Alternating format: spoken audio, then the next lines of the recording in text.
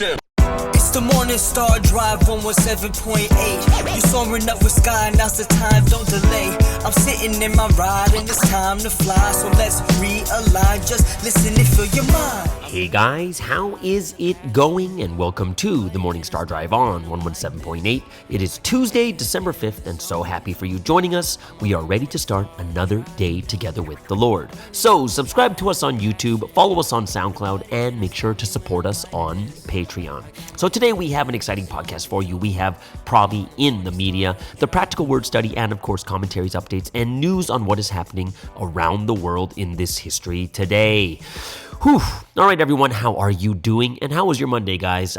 It's been a very, very busy week for many, many people across the world. For me, Monday was my last day in the city of Kaohsiung, I guess. And I took a train back up to Taipei. It's raining up here, but it's comfortable, I guess, because I've been living here in this place the longest time. And once again, I'm back to driving again in the city. But I had a wonderful and awesome weekend. Hope you guys really had one too. I had a really good Monday also, just meeting with good friends and just having good chats and talks here and there. But yeah, it's don't forget, guys, Q&A Thursday. It's just around the corner, so get those questions ready. Send them to me when you can. You can DM me, you can text me, you can call me, whatever it is. Would love to hear those questions you have. And if you haven't yet, leave a like and comment to build our community. Leave a like for this video, today's podcast, the Tuesday podcast, December 5th. And we get a lot of good comments and a lot of great comments about yesterday's testimony. And I'm going to tell you guys right now, I'm still inspired by that testimony. Great testimony from that doctor over there in Kaohsiung. Just super happy for everyone joining us every weekday on the Morning Star Drive. So let's get up and support each other each and every day. This week's Sunday message title is Ask Me About My Heart. Okay, so it's Tuesday, back in Taipei. Like I said, it's raining, getting settled in. For me, it's already the 5th. So if it's the 5th, it means that I only have about 6 days left. And the biggest problem I have is I haven't bought my ticket yet. So I will be buying my ticket really soon. Well, I have to, because if I don't buy it, then the tickets are going to get way too expensive. But the tickets from from Taiwan to Malaysia is actually really cheap, like super cheap. More like I never thought tickets could be this cheap to travel from one country to another. But I'm super happy about that. It's like about a 5-hour flight, I think. It's about 5 hours, something like that. So yeah, I gotta start looking into it. It's really interesting for me because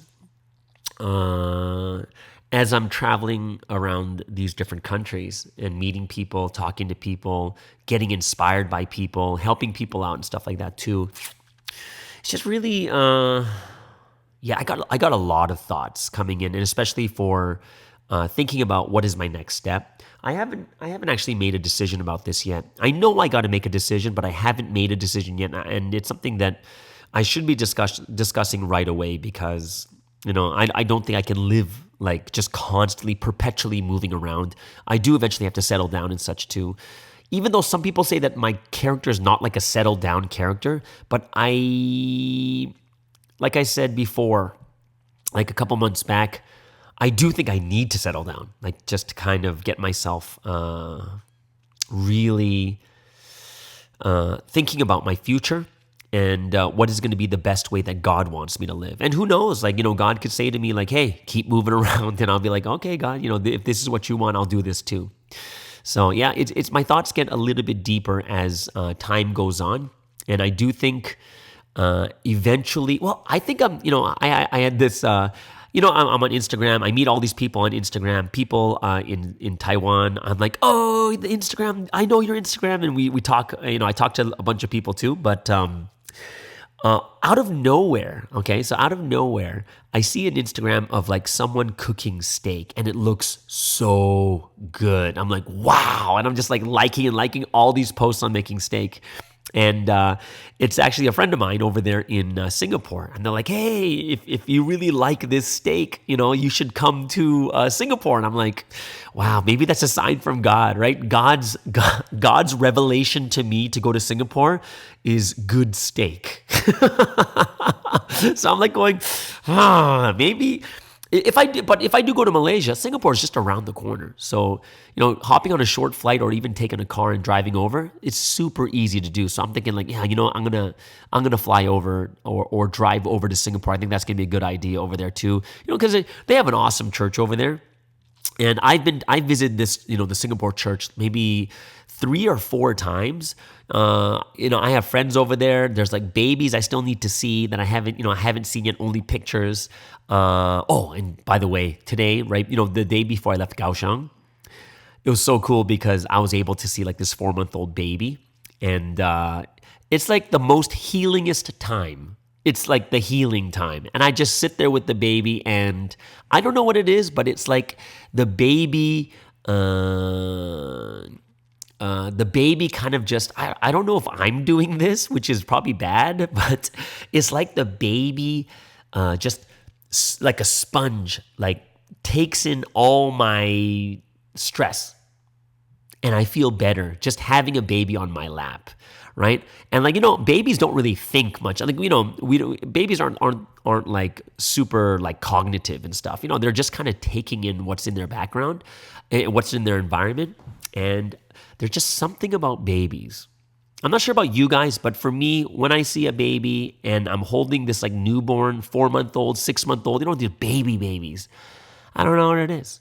Right? Of course, when they get older, like 2, 3, 4, 5, 6, like when they're that age, they're like energy sucking, right? So they're like taking my energy because it's like throwing them in the air, doing airplane rides and stuff like that too. So, but when babies are very, very healing, right? It's almost like, this is maybe a bad analogy, but have you guys heard about those, what do you call it? Those therapy dogs? Where they're just puppies and you just sit there and these puppies come around and you just pet them and hold them and then it's like a therapy dog. It's kind of like how babies are kind of like, they're just so amazingly cute and they have no sin. They have no bad thoughts. They are just amazing babies, like amazing. So when I'm thinking about that, I'm like going, yeah, like babies are amazing. So yeah, I had that healing time right before I left Kaohsiung.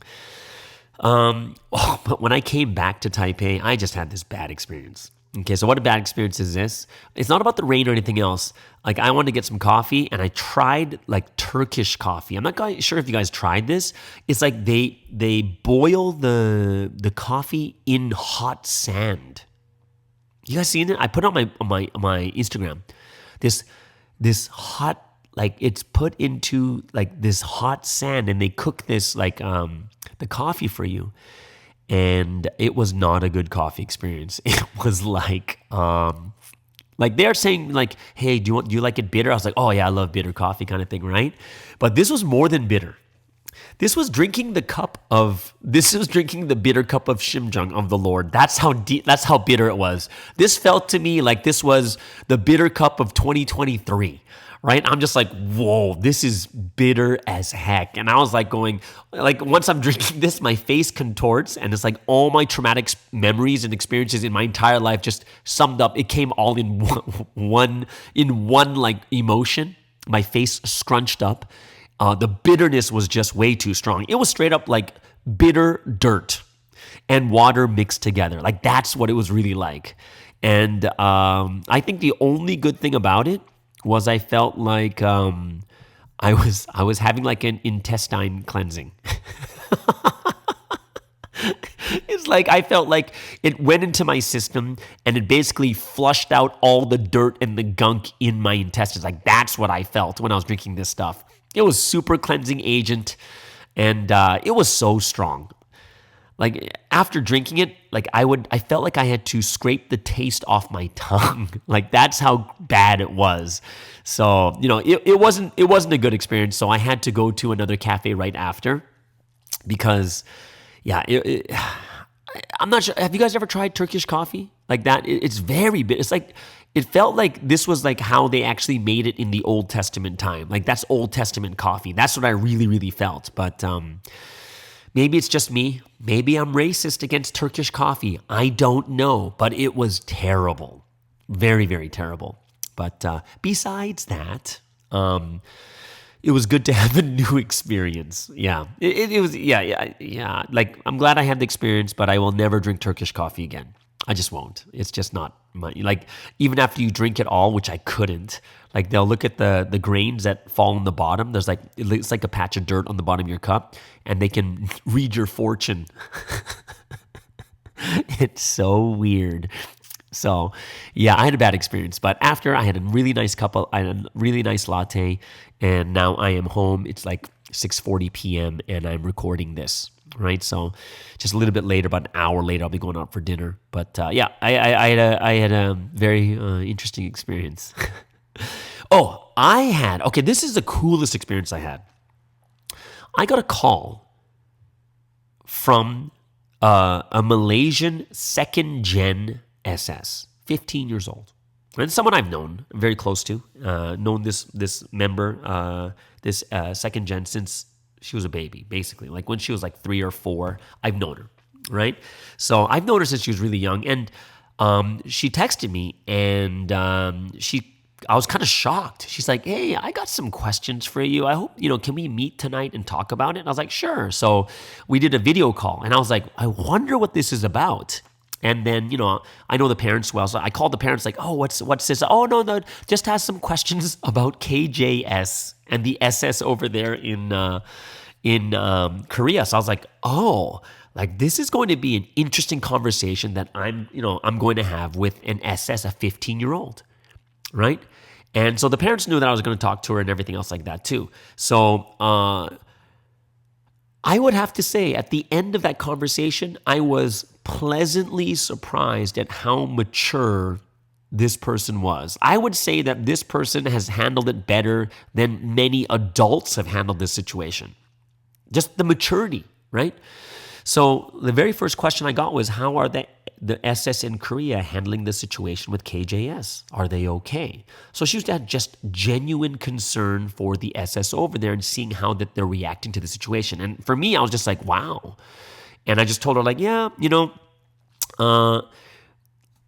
it really depends on how close you were to KJS. And the closer you were, the more you were affected by it.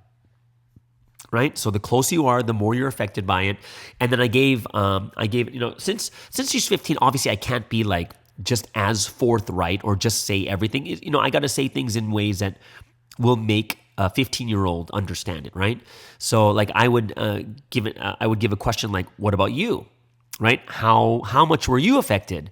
And she was like to me like, well, I'm affected, but I'm not really that affected. And I was like, because number one is you're not close to KJS, and number two is you're kind of far away from Korea, so you don't really see anything that's going on.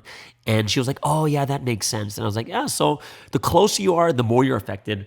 And I told her just honestly, like, hey, the main people that are affected are the ones that were in Whitestone. Like they were the main ones that were affected by KJS.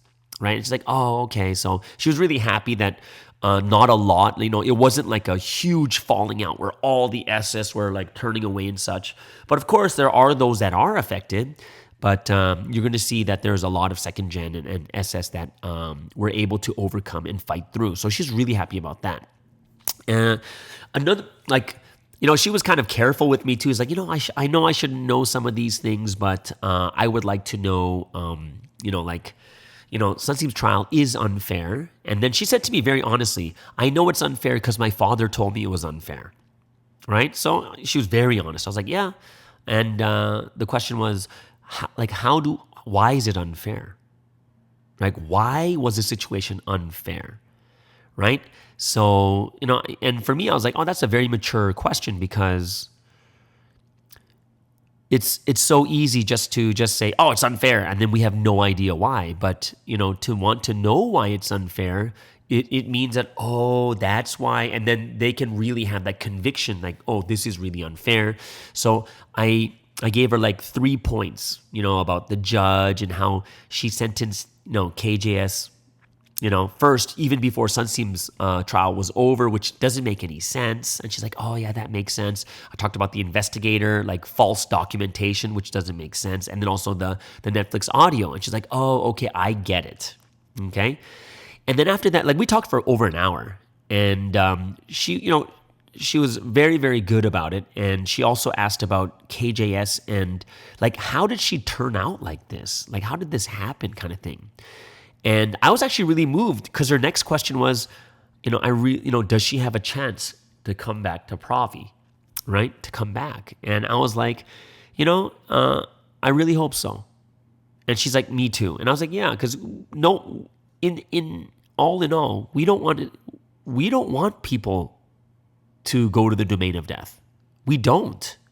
We want people to go to, the right place. I think that's something that we should all, have big expectations for.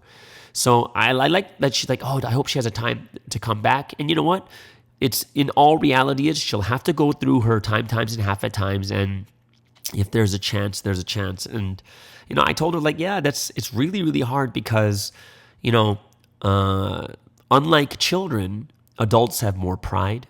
Adults can kind of get caught up in a shame and embarrassment, and it makes it even that much harder to come back. And it was really interesting because she was able to logically and reasonably deduce, like she's like, I'm not sure if this is right, but this is what I think. So I listened to her, very, very good, her logic skills and reasoning. And one of her final insights was, she's like, I think that they know that they're wrong. I think they know that they're wrong, but they're having a hard time, they know that they're wrong, but they're having a hard time coming back. And I was like, yeah, that's probably true. And I was like, yeah, I agree.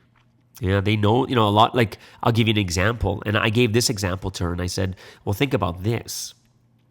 Some of the people who try to convince me to go to the other side, the convincing point that they gave to me was the Netflix audio, right? That was the key point, the smoking gun kind of thing, right? But then when the forensics came back that it was fake, nobody's called me to say, oh, I'm sorry, I really thought it was real. And then if that was the smoking gun, then shouldn't they come back once they knew it was fake, that they were being duped by these people? So for me, I was just like, yeah, it seems to be quite interesting that no one has said sorry. No one has said that, oh, I'm sorry, I didn't think that I really thought it was real. And if that was a smoking gun, you find out it's fake, shouldn't they come back? And, we came to a conclusion like, yeah, when you sin, you don't repent, you keep covering up more and more of your sins. And it gets to a point where you kind of cross the line and you can't come back. It's too hard to come back from. So, yeah, we talked for about an hour.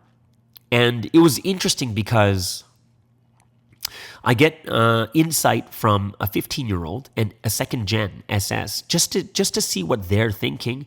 And when I had this conversation with that member, I was so hopeful. I was really hopeful. Like, because we all think to ourselves like, man, what's going to happen with these kids? Can these kids handle it? I hope they're okay. Maybe they're struggling inside.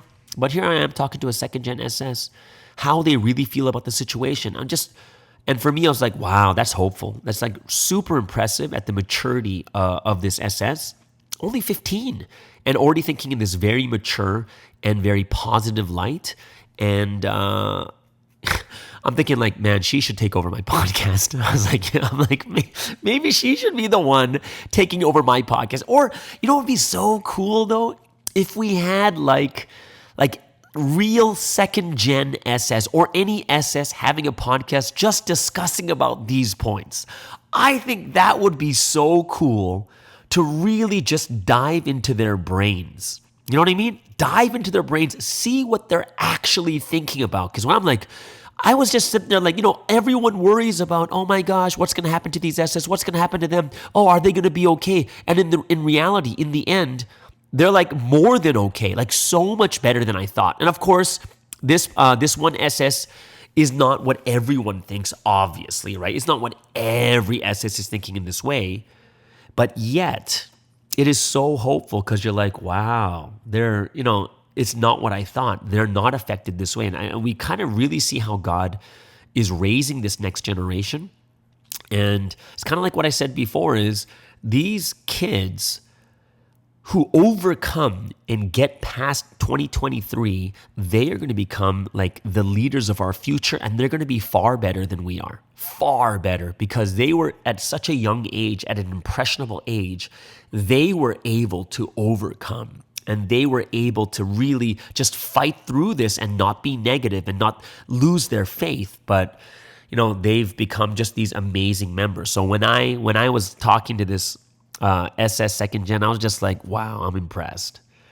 Like, this is really amazing. The way that they think, like, even for me, I almost want to just have a podcast with this SS or some other people in that same, who kind of talk and think, just to get to pick their brains, to think what's in their hearts and what's in their minds.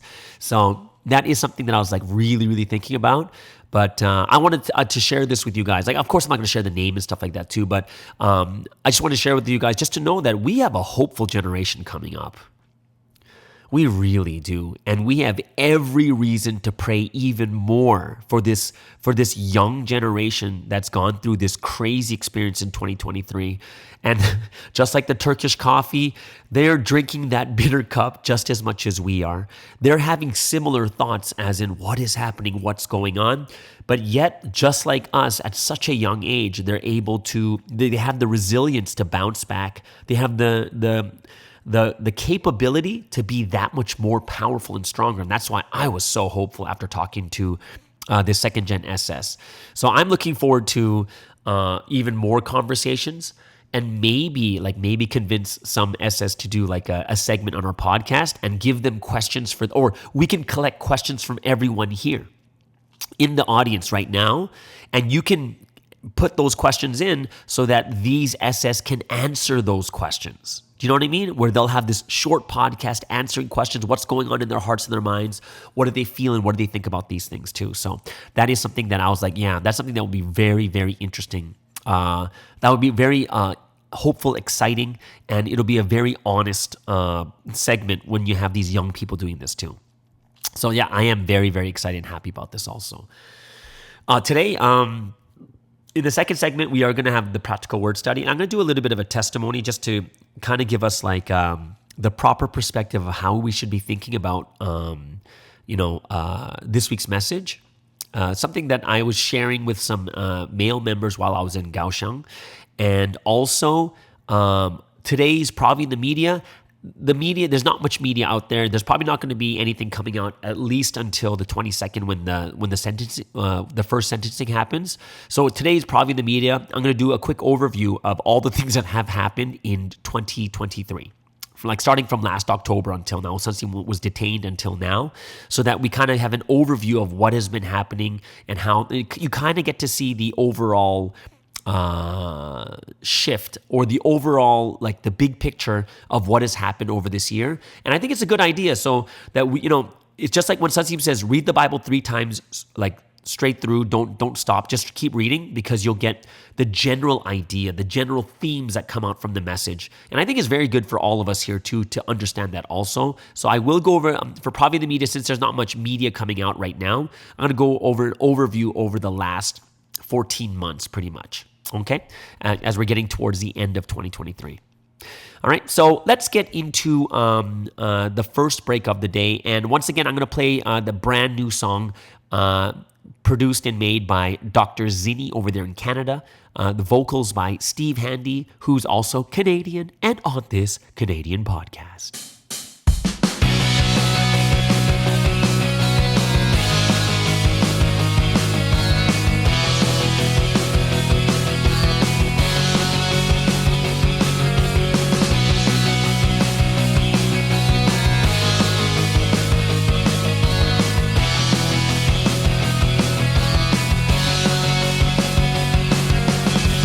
When you lift me up from falling, I feel your warm embrace, breathing life into my withering spirit, pouring out your love and grace. So I think to myself, I'll repay you. Ooh, oh. You pulled me out of darkness so many thousands of times. You gave me strength and courage, everything that I need in life. all the countless blessings. I'll repay you. Ooh, oh. Even if the world forsakes you and they misunderstand what it means to be in providence, holding God's truth in our hands, we fulfill the greatest history, God's will and highest love. All the wondrous miracles you've shown, only here in Providence. Providence, push forward, we'll run till the end. With our solid faith, we'll repay you with all our heart, will and life.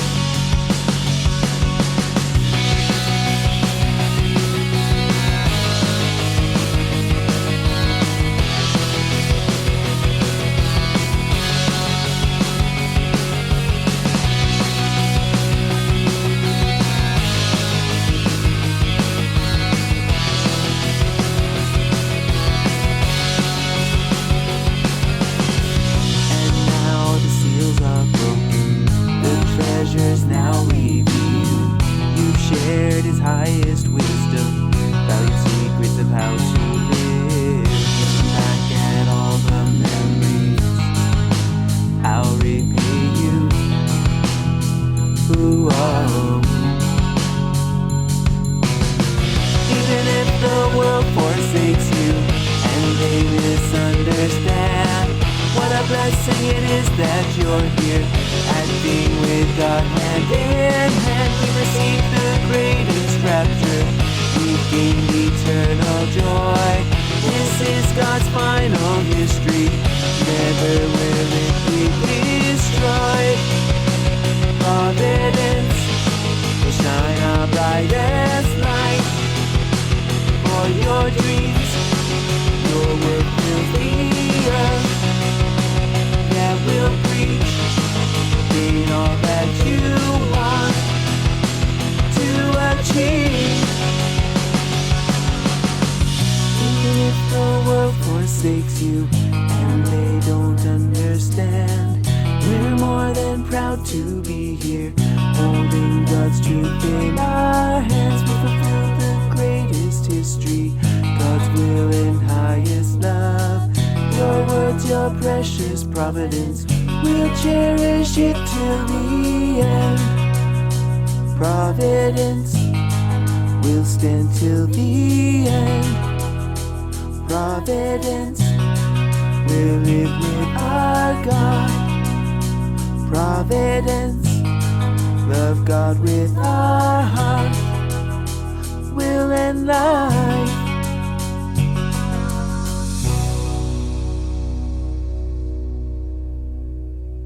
All right, so let's get into today's word study. And of course, every Tuesday is the practical word study. And what I wanted to do today was kind of more of like perspective shift or mentality. Like, how should we be taking in this message, and what's something that what's the proper mindset we need to have after listening to this week's message, right? Ask me about my heart. And, going through, sometimes asking questions to God about, how come these bad things happen, and why don't you get rid of these old, like the Satan and the wicked, then no one would get hurt and this and that. Like, all these questions came out, and it reminded me of an experience that I had. And the reason why it reminded me so much of it is because right after the Sunday service, I was giving some sharing with some male members over there in Kaohsiung. And it was really amazing because this story, I was inspired to tell this. I wasn't even going to tell this story, but you guys have heard, I think some of you have heard this story already, but I wasn't going to tell the story, but there's this one blessed family male that kept saying, hey, I want to hear another story about Sunstream. And I would just tell these stories that came out. And when this story came out, it's very, very interesting because it was kind of like what this week's message was about. Okay, so this story happened in 1999 August. 1999 in August. It was the first GACP event over there in Paris, France. Not many people actually went to it. There's about 3 Americans, 2 Korean soccer players, and a lot of cultural members, and in total, there's like only 65 members altogether. And it's funny thing was my head leader at that time, when I told him I wanted to go to this event in Paris, France, he's telling me, I don't think you should go. And I was like, no, I should go. And I was inspired to go. But little did I know that my pastor knew that Sunseam was in America. He was like, I was in LA. Sunseam was in San Diego at that time, which is like an hour drive away from where we were. And he was fasting for 21 days. So all the leaders who were in America knew that Sunseam was there, and they kind of thought that Sunseam wouldn't go because he's fasting, right? So it's kind of like, this is why he's trying to persuade me not to go. But I just went anyways. And what happened was Sunseam eventually came to the event shockingly. Like, think about this, guys. Right after 21 days of fasting, he comes to the event and he even plays soccer together with us. Like, that's how amazing. Like, no one there knew he was fasting 21 days. But after 21 days, comes to Paris, France, and he plays soccer with us. And we're not talking one game. We're talking he played 3 games, like 2-3 games, playing with other teams and stuff like that too. It was amazing. And when you think about he fasted 21 days before that, you're like, oh my gosh, that's so crazy how, like, this is how amazing he really is. So, during that time, what happened was we would get people from Korea would come early and tell us, do not approach Sunseam, don't talk to him, don't take pictures. Why? Because there's a ton of cultural members there. We don't want to freak them out. So we're like, okay, right? But, of course, we're in Providence and we're like, man, Sunseam's right in front of us and we can't look at him. We can't say hi to him or anything else. And it's kind of frustrating. So, 3 of us, the Americans, went to a private place and we prayed together and say, God, let us just meet for 5 minutes. That's what our prayer was. And then, the day ended and we're all heading back to the buses, right? And, it's about a 5-minute walk to the buses. And as we're walking, Sunseam, comes right beside me. And the 3 of us are like, holy smokes. Sunseam's right next to us. We stop and he just starts talking to us. Just talking to us like, hey, I hope you guys are doing well. This, and this. Please work hard. Thank you so much for coming. Like, he's just talking to us for like 5 minutes. And after he leaves, we're like, right? He's like, he talked to us for 5. We met Sunseam kind of thing. We're so excited and happy, right? So we're having an awesome trip. And then the next day, in the morning, there's big kerfuffle, there's lots of chattering and excitement, and we're like, what's going on? And it's the Japanese members there, and I was like, oh, what's happening? And then they say to me, oh, we just met Sunseam Sunseam invited us to his house last night, and we spent 3 hours with him. And I was like, put it this way, guys, I haven't even been 1 year in Providence, and guess what? I was jealous. I was like, what? And I was complaining to God, you only gave us 5 minutes, but they get 3 hours. And then on top of that, the reason why people are so excited is because Sunseam also sent, paid for them to go touring around France. And they said, hey, you should come with us. And I said, no, I'm not going, because I was jealous and upset, no, we're not going. And I kind of made up the mind for all 3 of us, right? So when the Americans came, what do we do next? I was like, I don't know. They're going on tour, but I said no. And they're like, what? But what happened was, one of the Italian missionaries was there, and I said, hey, can we go visit Sunseam? And she's like, well, let me ask. So she goes to ask. She comes back 45 minutes later, and she says, Sunseam says, come over. So we're excited. We go over to Sunseam's house, and we eat together. He buys us pizza. He tells us all these stories about JFK, Princess Di, all these things that are interesting to Westerners. And then at the end, we're he drew pictures of the Holy Spirit, all these other different things. And then when we finished, guess how long it was? 5 hours. And we were like, yeah! And in my mind, I was like, yeah, we're better than Japan. So I'm so excited. This is the best trip ever. Last day of the trip comes. And what happens is I was bold to ask, can we say goodbye to Sunseam? And Sunseam says, yes, come and say goodbye. We are excited. We buy him a gift, everything else. And then we're sitting there and we're waiting for Sunseam to come out. But when he came out, he was super tired because you guys got to know that he was actually writing the book of salvation at that time. And he's telling us how tired he was because he has to go into the spiritual world to write this book. So he's exhausted, right? So when we look at this, we're like going, oh, okay, what, like we started massaging him and stuff, but he was just so tired. And then finally he says, okay, I got to go back to writing the book. And what happens is we line up, like 3 of us line up to shake hands with him and stuff, and then he's like, shoo, he shakes the first hand and he's like, hey, good job, work hard, evangelize. He goes to the second person, shoo, and shakes his hand. And I'm like, yeah. And we're all excited. And then I'm next and my heart is pounding like, oh my gosh, I'm going to shake his hand. And I'm next. He turns to me, looks at me, and then he just leaves. And I was like, what? He didn't shake my hand. He just looked at me and left. And I was like, destroyed. I was destroyed. And it became like the worst trip of my life. And I was like, what the heck? And I'm like, I kind of turned to my friends like, did you see he didn't shake my... But when I turned and looked at them, they're like holding their hands like it's like the most... I was like, they're like, oh, I can't believe I shaked his hand. And I'm sitting there like going, God, I was just so frustrated. So what happens is I'm sitting there like going, what the heck? And I was so broken. It was the worst trip ever for me at that point. And the next day, I'm going to fly back out to Los Angeles. And I get to the airport and they say, plane is booked. It's full. You can't get on. I'm like, what? They're like, come back tomorrow. So I go the next day. Plane is full. Third day, full. Fourth day, full.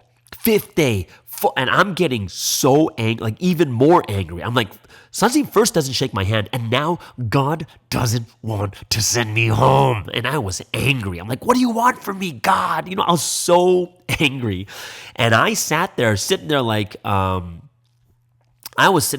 this is crazy. And you think about this, every time I went to the train to the airport, it cost $10 on the airport bus. $10 there, $10 back. I've already gone 6 days. I spent $120 on bus tickets. I was pissed, like pissed. And after the 6th day, I was so angry. I said, I give up. I'm not going home. So from the 7th day, I didn't even take the bus. Even the members are like, aren't you supposed to go home? I'm like, no, because I gave up. I was like, God's not sending me home. And the 7th day, Sunsteam's youngest brother, he's like the president of CGM right now. He took me out for lunch. And I'm going to be super honest with you guys, never enjoyed it. Couldn't enjoy it because I was so in a bad mood. The next day, on the 8th day, other people that were next to Sunsteam took me out on tour. And, we went all over Paris to check things out. And guess what? Didn't enjoy it. I was just too upset. Now, on the 8th day, at nighttime, we heard someone comes and say, oh, Sunsteam's leaving tomorrow to Italy. So if you want to come say goodbye, he's going to be at the train station at this time. And if I'm going to be super honest with you, I said, I'm not going. In my heart, I was like, nope, no way I'm going to see him who didn't shake my hand. You know what I mean? I was just too upset. So he's like, yeah, if you want, I leave the instructions here, right? And at that point, I was like, no, I'm not doing this. I'm not going. And all of a sudden, I was inspired to write a journal or a diary of my whole trip. And of course, my anger and my emotions are all coming out as I'm writing down everything that happened on that trip. And when I got to the end, like where I am on that day, like day 8, and, I'm not flying back to Vancouver, this and that, I got this inspiration from the Holy Spirit. And the last sentence I wrote was, what if this is the last time you get to see Sunstein? And it really hit me hard. And I was like, oh, yeah, what if it is the last time? And then it kind of convinced me like, hey, you got to go. You got to go to say goodbye to him because this could be your last chance. And I was like, all right, I'm going to go. So I prepared everything. I made sure that I woke up early. I got to wake up early, set my alarm, all these other different things so I don't miss seeing Sunstein leave. And go go to sleep, close my eyes, and then I open my eyes and it's really bright. I'm like, what's going on? I look at the clock. I woke up late. I was freaking out, like, oh my gosh, I'm not going to see something. And I started I couldn't brush my teeth. I couldn't, take a shower or anything else like that. I was freaking out. I ran to the subway station, trying to find this train station. I'm not someone who lives there, just trying to find the place. I finally arrived at the train station. I finally arrive. And, I go to the worker, like, hey, where's the train to Italy? And he's like going platform 4. And I book it. I'm running to platform 4. I hope to God, please, I got to see him. I arrive at platform 4. Train is gone already. Train is gone. And I was devastated. I was like, what? And the only thing that comforted me was the fact that, God knows my heart and he knows how much I really wanted to see Sunsim. So at least I had that on my side. So I left. And I went to the exit and there was a worker at the exit too. And I said to the worker, I was like, hey, Milan, gone? Train? And he's like, no. Platform 1. And I was like, oh, and my hopes just, and I ran to platform 1. And the train is there. And I'm like, oh, it's here. I got onto the train just searching. There's 5-10 minutes left before the train leaves. I'm just running through the train looking for Sunsim. Can't find him. I run through it again. Can't find him. Run through it again. Can't find him. And I'm just like, what? There's less than 5 minutes. Man. Maybe Sunsim's plans change. And I was kind of down again,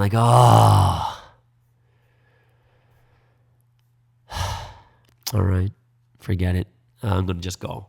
But once again, I was comforted by the fact that God knew my heart, that I wanted to see Sunsim. So I head to the exit. And as I go to the exit, Sunsim's coming in and we met at the exit.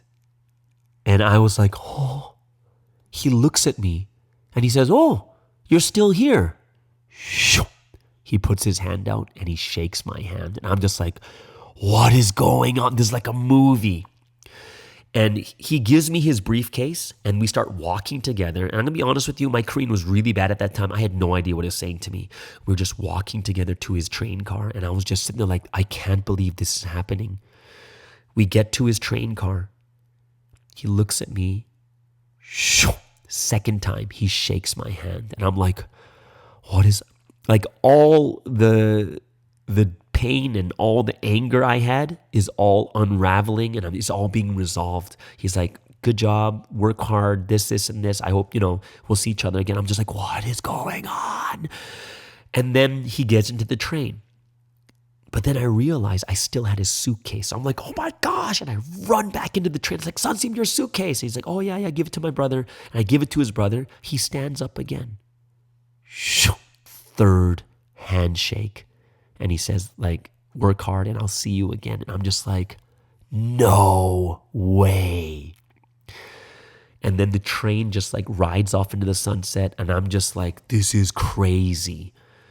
And I was just sitting there like, what? I can't believe this. That was the 9th day. At night, I had a dream that I was in a race, a swimming race. And at the end of the dream, I won the race. The next morning I wake up, I go to the airport, and they said, oh, we have a seat available for you. And I left on the 10th day. Now, here's the thing that I want to tell you about this mindset, right? The mindset is, think about this. When you look at human beings, we're so limited and so weak. And just look at our vision. We can't see that far. So the Messiah is always looked upon as like an eagle that has this crazy long vision, right? We're so limited, we can't see that far. But we have to realize that God sees so much further into the future than we do. Do you know how weak we are? We can't even see a day into the future, and God's only looking 10 days in the future. But what does God see? God sees what we don't. God knew that even though I wouldn't get the handshake now, I would get 3 later. 10 days later, that means what? God withholds things from us for better things in the future. And all we need to do is trust in God. If we trust in God, what happens? Then we don't have to worry about these bad things that happen. Bad things happen, but we know there's this great verse in Romans chapter 8, verse 28 says, we know that in all things God works for the good of those who love him. He works for the good of those who love him, which means that if God loves us, he has always better plans in the future. There's always better plans. We got to trust in God. It may not work out right now. And of course, to the human eye, we're thinking, oh my gosh, it's so sad. It's so bad. Oh, why is it like this, God? But God's like, no, look into the future. I see something even better for you in the future. And that's kind of the mentality and mindset we have to have is we only see so far.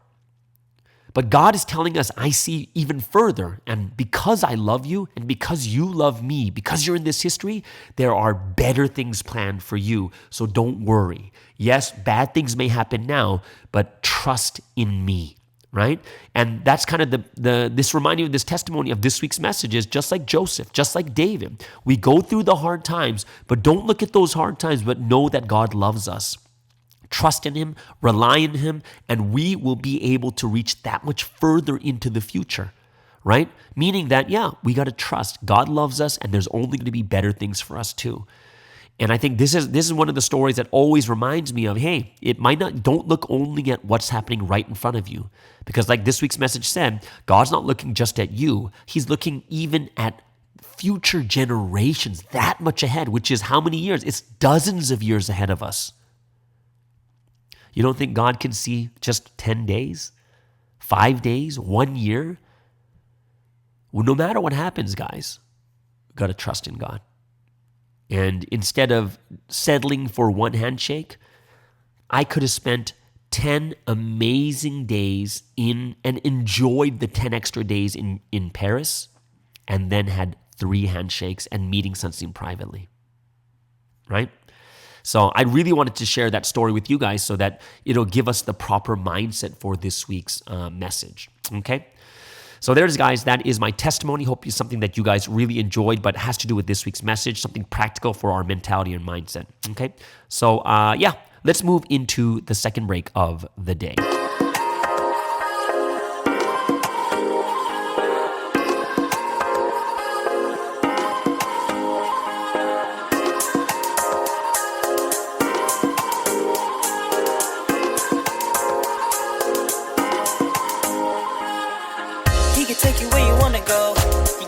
Show him that you want it though. He can show you where you wanna be. You gotta put in words that'll be unseen. Look, and it's just like that. Take it to the golden city just with a snap. You don't even got a trip, no, we got your back. All you gotta do is sit back and relax. There's this love between you and I that is so strong. I don't wanna ever lose it, then I'll be alone. But if I leave his arms a wander, I'll be sitting all alone just to ponder. Make up your mind and act as you should. I'ma show you we can be the greatest dude that ever stood. Living with the Lord every day is like my paradise. If you leave your worries and concerns to him, you'll be alright. Really wanna live with happiness and hope.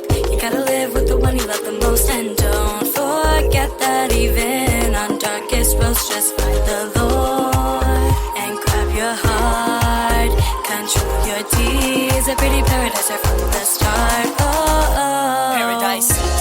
All the night brings darkness. You're like the sun, yeah, you always shine so bright. And I can't wait to see you, cause you are my only paradise. Together we're the greatest. Just like the moon and the stars, we light the night. And I can't wait to see you, cause you are my only paradise. The weather's fine, the temperature's cool. 7 on earth, cause I'm with you. Ain't nothing better when we live forever. When we make us to be one true love. Birds of a feather flock together. And it's just like that. Give you my love, cause I don't hold back. Pour me your love, cause I know you got stacks. This love is real, cause we got it like that. Sandy walks on the beach, summertime. Feel the heat, that's a love paradise. Holding hands, cool breeze, cloud 9. Make heaven together with you and I. Sandy walks on the beach, summertime. Feel the heat, that's a love paradise. Holding hands, cool breeze, cloud 9. Make heaven together with you and I. Really wanna live with happiness and hope. You gotta live with the one you love the most. And don't forget that even on darkest roads, just find the Lord and grab your heart. Control your deeds.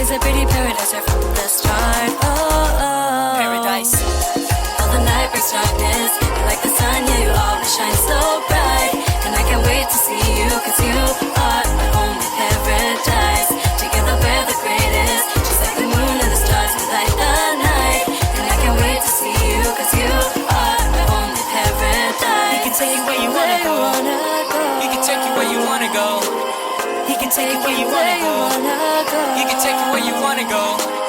He can show you what you wanna know. He can show you what you wanna know.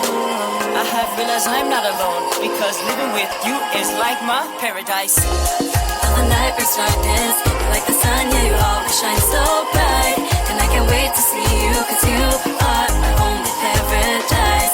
Together we're the greatest, just like the moon and the stars, we light the night. And I can't wait to see you, cause you are my only paradise. Till the night brings darkness, you're like the sun, yeah, you always shine so bright. And I can't wait to see you, cause you are my only paradise. Together we're the greatest, just like the moon and the stars, we light the night. And I can't wait to see you, cause you are my only paradise.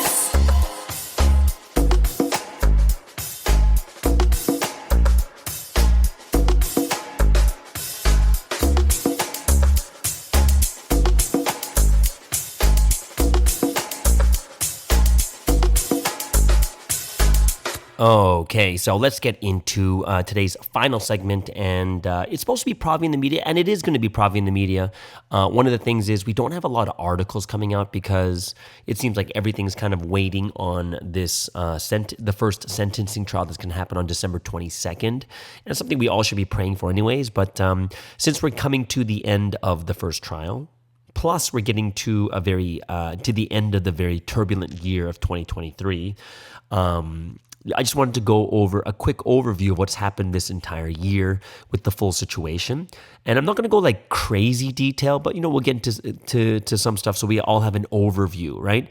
So, the reason why I'm going over this, it's good to have an overview of the last like 12 to 14 months, like ever since Sunsim got detained.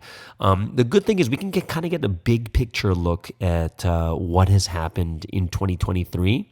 And when you get a big picture look, you kind of get the big ideas, right, of what is happening. And I kind of compare this to how Sunsim tells us to read the Bible first like 3 times and just completely read it through. Just get the big ideas. Like, the big ideas in the Bible are like central figures, right? There's always one person sent. A big idea is separation of good and evil, like these types of things, right? And once we kind of get an overview of this entire year or the last 14 months, it kind of puts things into perspective also of what has happened. Okay, so the first thing we know right now is in October. Let's go back to October last year. Okay, so October is the month that Sunsim got detained. Okay, so he gets detained, and the trial is going to probably start within the next 2 to 3 months. And what happens is from October, November, December, you're going to see that once Sunsim gets detained, KJS goes on an offensive to get all the stars married, right? So very interestingly, November 15th was the date that the stars had to apply for the blessing. And then December 27th was the original date they had in mind to start the blessing. And obviously it didn't start at that time. A lot of crazy things happened, okay? But there was a massive push to marry the stars off quickly. Okay, that's from October, November, December, okay?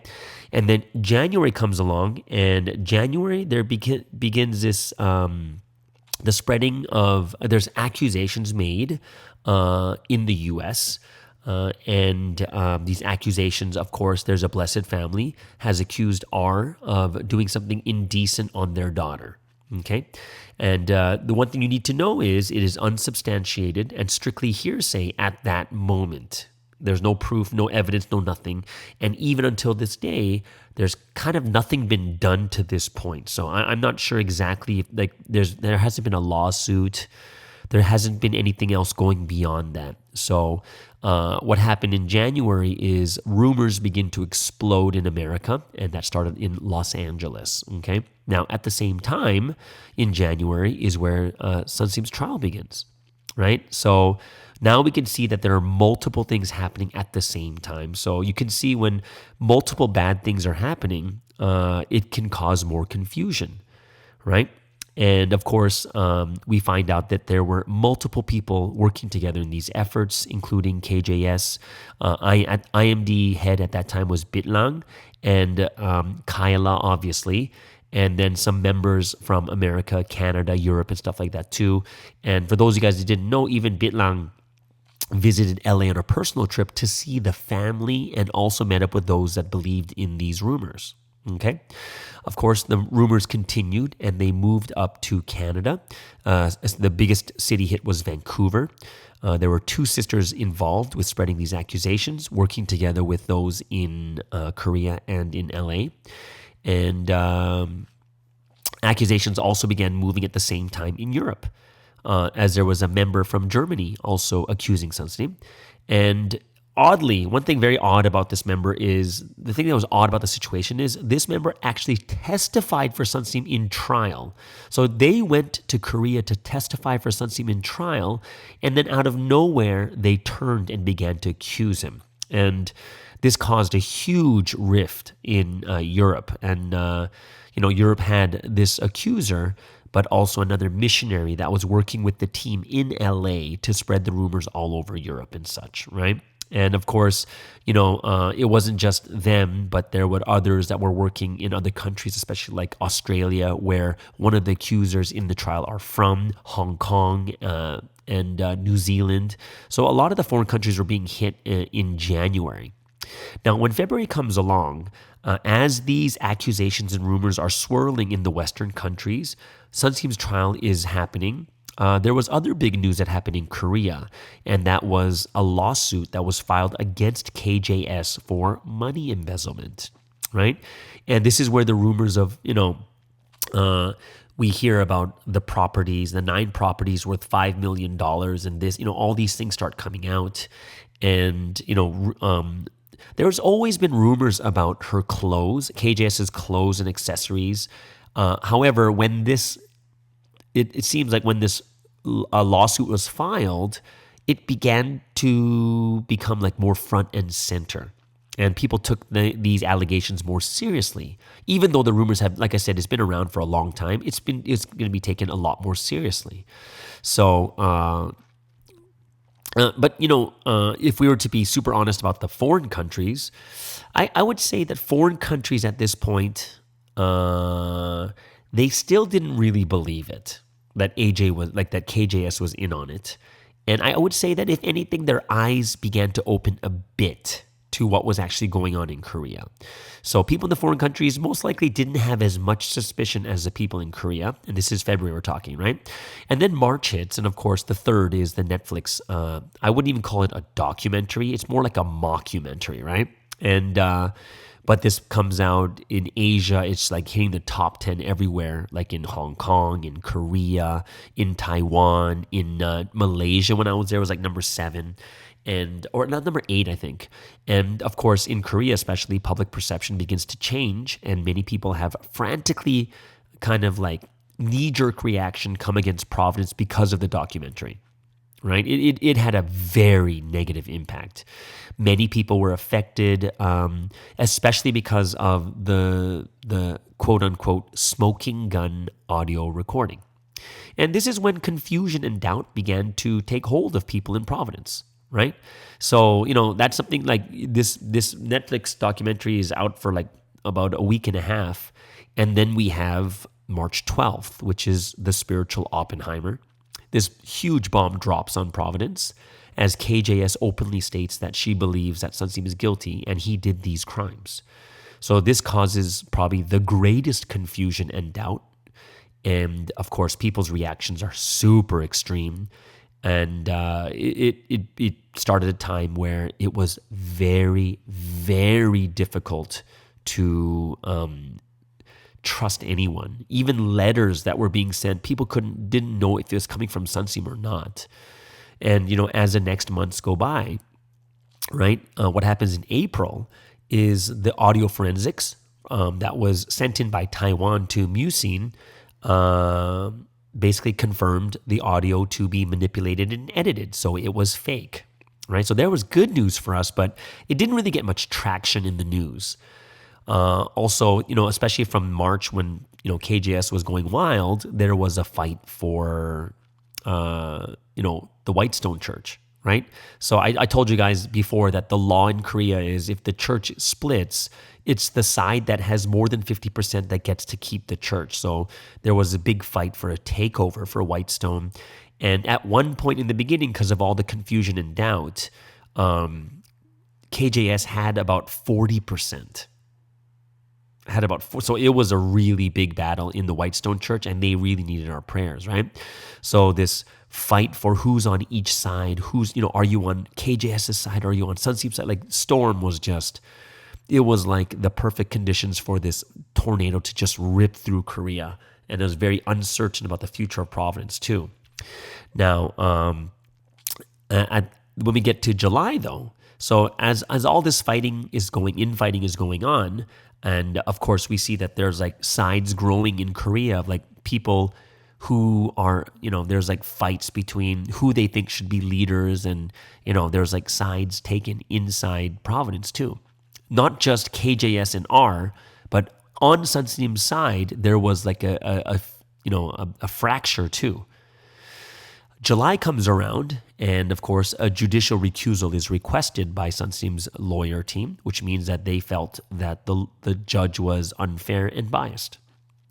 On top of that, there began this one-man protest that was in front of the government building, or I'm not sure what you call it, but maybe the Justice Building. And this one-man protest started every day. This one person went out, started doing this one-man protest. And then, of course, as it caught on, larger and larger protests began in the hundreds to the thousands. August 20th was like kind of the big one we were pushing, and that one was 50,000. And then, of course, it grew into something even crazier, which was the October 15th event, we were stated to say it was about 200,000. The authority said it was about 100,000, so let's just say it's somewhere in the middle. And then, of course, petitions began. Now we're trying to reach the goal of 1 million. And I believe it originally started, I think it was for 50,000 in order for it to get in front of the president. I think it was around 50,000, right? So we reached that goal very, very quickly. But of course, during that time, there was a big kerfuffle with North Korea. So it wasn't something that was, I don't know how much the president looked at it. And then, of course, we have September, October, but November was, during the time from July until now, which is 5 months, there was judicial recusal. It was rejected after 2 weeks. There was appeal, and that appeal went on for about 3.5, 4 months. And then finally, the Supreme Court rejected the second appeal for the judicial recusal. And that's why we're at this moment. December 22nd is when the sentencing actually begins by that same judge. Okay, so that's kind of like a brief timeline overview of what's actually happened this year, which is kind of crazy because this is something that you're thinking about would happen in a lifetime, right? I'm going to tell you this one thought that I had. This is my personal thoughts that is pretty clear to me now. Like some things we know already is why is a trial unfair? Of course, we can easily, that's why we're kind of saying that we need the judicial recusal because the judge is biased. And one of the reasons is how can you sentence KJS to prison for helping Sunseap in a crime that has not even been fully tried yet, right? It's not even finished. So it means that the judge already believes that Sunseap is guilty. The second one is the investigator of this trial, of this case, makes false court documents, which is a criminal offense. He admits that he did not check the original files, even though he signed a document stating he did. He admits to making a mistake by clicking the wrong button and erasing the original file on iCloud. However, we also know that it takes more than 3 to 4 clicks to do that. So he also loses the hard copy. So there's all these reasonings that come out that we can say there's something wrong here, right? Of course, there's no direct evidence of crime. Remember, in a court, in a trial of sexual assault, there's only 4 real evidence that's considered like true evidence, which is video, photo, DNA, and of course, audio. And the only real evidence they had was an audio file that was posted on Netflix. And then in April, they said it was fake. So basically, what is this trial really based on? Is it really based on evidence? And then, of course, another thing that makes this trial unfair is courts refusing to physically go to investigate the site that the alleged victims say that they were sexually assaulted. And what we're telling the courts is if you go to the physical site, we will prove, right? Like we're going to say that it's going to prove that their testimonies are wrong. But think about that. From the court's point of view, why wouldn't you want to go to the physical site? Because it can prove or disprove the stories that the alleged victim said happened. It's that important. So why wouldn't the courts want to go? And that's another weird thing that they didn't do. And it seems very unfair, right? And I would say that after all these things have happened, and I've been able to kind of think back, one of the things that's really bothered me a lot, about KJS and why she would do this, I'm trying to think about a reasonable person, and I was thinking to myself as like, when this first happened, I was like, there has got to be something different, a deeper issue that we're not seeing, because it's not reasonable what she's doing, right? So let me give you an example. Her accusing Sunstein, right? We got to think about how important this decision is. This decision is determining life and death, heaven and hell. Like, this is a huge thing because, think about how important this is, because if she really, really believes he's wrong, then she has to leave so that she can escape hell, right? That if she really believes it. But if she's wrong, and Sunstein's actually the man of mission, then leaving him would also lead to the domain of death. So this is not a simple and easy decision to make. This is why it's so weird for me. It's so important. It's determining heaven and hell. So the thing it was so weird for me that this massive decision determining the domain of life and the domain of death is based on flimsy evidence, like zero evidence and just hearsay. Why do I say this? Because she said, I have never seen it, but I believe these people that are accusing. Could you really? You would base your eternal existence on never seeing it actually happen. So you're not 100%, but you just believe what they say. And that's why it was so weird for me.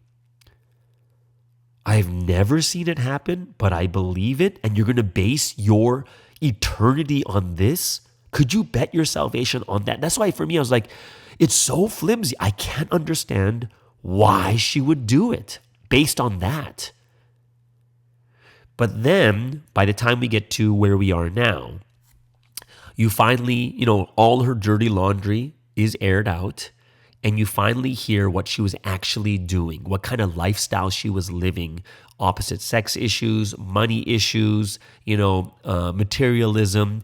And then at that point, it finally made sense to me that the reasoning, like she couldn't give a reasonable reason to go against Sunstein. And her decision was based on, I didn't see it, but I believe it. And you get to really see that there's major issues behind this, right? And it looks like okay. So now it feels like it's looking for an excuse to leave because this is how she has been living a life of sin, and she basically, I'm actually quite shocked that if after seeing all the evidence of how she lived and the money that she stole and stuff like this, how anyone would still follow her. You know what I mean? Like it really, really would blow my mind. Like now that you know that what her lifestyle was like, now that you know that she was like taking this money and she's living this life, with all these issues and problems that are totally against what Providence believes in, you kind of like, how could you continue to follow her? And like the one thing that I did find very, very interesting, like I told you guys before, is when they were fighting over Whitestone and she had about 40%, now the people from there have either all left her completely or have left Providence completely, they've either come back to Providence or they've left completely. And her room, that chat room, had like up to 400 people at one point, but now it's down to 30. So you can kind of see that, when people kind of come to realize and understand what truth is, they're going to be like, whoa, this is not what I signed up for. So I'm glad that people have kind of opened their eyes to this. And like I said, guys, there are people that are coming back, which is great. There are people that are coming back. So that is something that it makes me very, very happy. And I'm sure God and Sunseam are very happy too. All right. So that's just kind of a brief overview and just kind of some looking at the big picture now. Oh, like this makes a little bit more sense to me and this makes more sense to me. So I hope that kind of helps you guys out with your thoughts and your thought process too. Okay. So there it is, guys. That is today's Tuesday podcast. Hope you guys really enjoyed it. If you have any questions, comments, go ahead and leave it below. And I hope that you guys have an amazing and awesome day. And we'll see you guys again tomorrow on the Morning Star Drive on 117.8. It's the Morning Star Drive 117.8. You soaring up with sky, now's the time, don't delay. I'm sitting in my ride and it's time to fly. So let's realign, just listen and fill your mind. I'm burning with desire and the passion. Nobody can stop me when I'm like this. I got my head in the zone, I'm on the Morning Star Drive,